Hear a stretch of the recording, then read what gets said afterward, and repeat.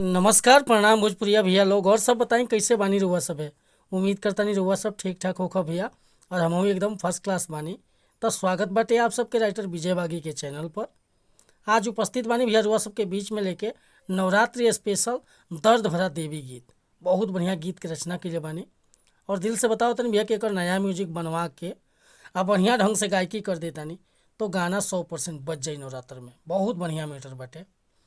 तो चलिए देर न करते हुए मैटर के शुरुआत के लिए कि कैसे गावे के बा, का एकर धुन बा, का लय बा।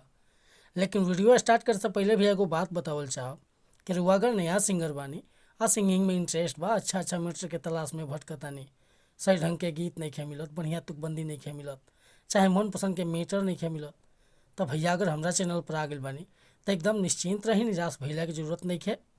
रुआ जैसन भी मैटर चाहत हो कब लिखवाओ के बड़े भैया बिल्कुल उचित चार्ज पर हुआ के फर्स्ट क्लास के गीत मिल जाए भैया। मैटर में कोनो प्रकार की शिकायत ना मिली।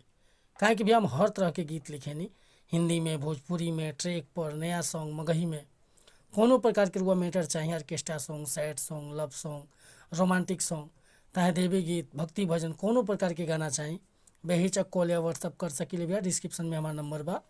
और बता दिया चाहें कि रुआ अगर चैनल पर पहली बार आई लोग हैं तो चैनल के सब्सक्राइब कर ली, बेल आइकन प्रेस कर लें ताकि हर रोज़ रुआ नया नया मैटर सुने के, देखे के और गावे के मिलत रही भैया।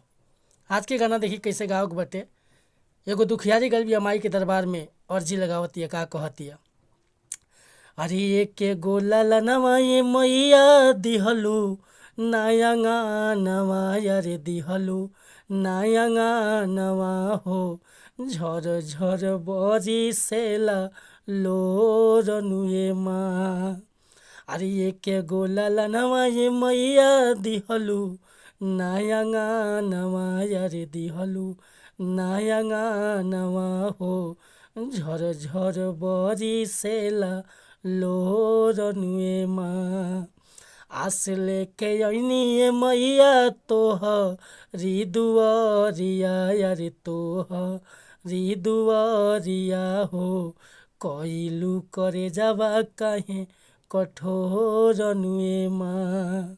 अरे एक गोला लनवा ये मैया दिहलू नया गानवा, अरे दिहलू नया गानवा हो, झर झर बरी सेला लोरनुए माँ। तो भैया ये मुखड़ा लेकर हुआ सबके बीच में उपस्थित रहनी है। उम्मीद करता नहीं मुखड़ा पसंद आई होई। अगर मुखड़ा पसंद बा, फुल गीत लिखवावे के चाहता नहीं तो बेहिचक रुआ कॉल या व्हाट्सअप कर सकीला। डिस्क्रिप्शन में हमारा नंबर बा। और हाँ भैया वीडियो पसंद आई हो तो एगो लाइक करब, कमेंट करब। आज चैनल पर पहली बार आई लोग हैं तो चैनल के सब्सक्राइब कर ले। जय हिंद, जय भारत, जय भोजपुरी समाज।